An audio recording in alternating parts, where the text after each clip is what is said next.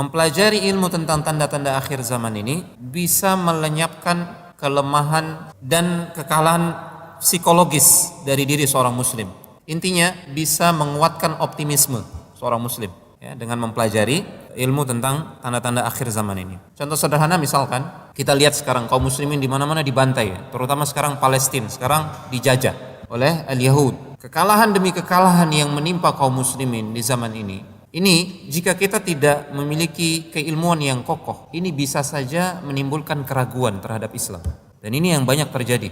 Islam ini kok selalu terbelakang, selalu kalah, kemudian peradaban yang luar biasa justru ditunjukkan oleh musuh-musuh Islam, orang-orang Yahudi, orang-orang Barat dan seterusnya. Banyak orang-orang yang lemah imannya, kemudian naudzubillah mereka murtad karena ragu. Jangan-jangan ada yang salah ini dengan ajaran Islam ini. Nah, dengan mempelajari riwayat-riwayat atau hadis-hadis dari Rasulullah SAW tentang kejadian-kejadian di akhir zaman, maka justru ini akan semakin menguatkan keimanan kita tentang Islam dan akan melahirkan optimisme.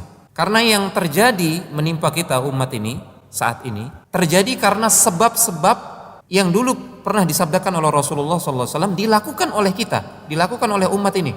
Mengikuti tradisi ahlul kitab, sudah tenggelam dalam riba, kembali sebagian umat ini melakukan kesyirikan. Itu sebab-sebab kelemahan yang disabdakan oleh Rasulullah SAW yang menjadikan musuh-musuh Islam itu menguasai kaum muslimin. Namun melalui riwayat-riwayat dan hadis-hadis Rasulullah SAW juga kita mendapatkan ilmu bahwasanya masa depan itu di tangan Islam. Kemenangan itu pada akhirnya milik kaum muslimin. Sekarang Palestina yang dijajah misalkan, berdasarkan riwayat dari Rasulullah SAW, kelak justru itu menjadi pusat kekuasaan kaum muslimin. Di dalam riwayat disebutkan Isa alaihissalam itu akan turun dari langit di antara dua sayap malaikat di Damaskus, Syam. Dan kita tahu Palestina bagian dari negeri Syam. Al-Mahdi juga di sana. Dan Dajjal akan terbunuh di sana juga. Dan di masa tersebut, di masa Isa alaihissalam yang beliau akan tinggal 7 tahun lamanya. Setelah beliau turun 7 tahun baru kemudian beliau wafat, dikuburkan.